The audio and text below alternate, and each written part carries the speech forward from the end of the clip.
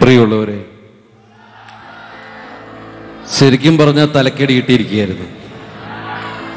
സംഗീതം സാഗരമാണെന്ന് പറയുന്നത് വെറുതെ അല്ല.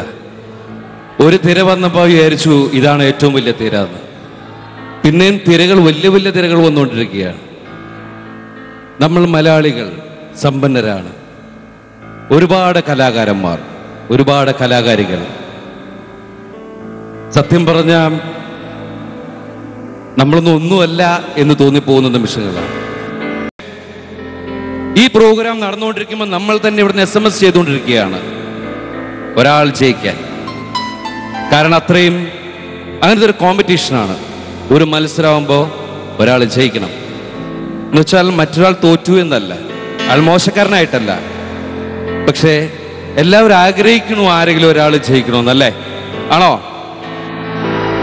ഓക്കെ, അപ്പൊ നമുക്ക് നോക്കാല്ലേ ആരാന്ന്.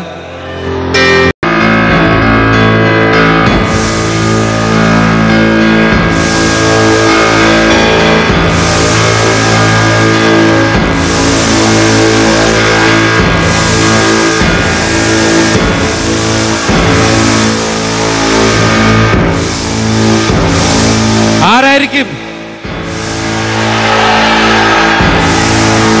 ജോയ? സംഗീത്? യെസ്, സംഗീത്.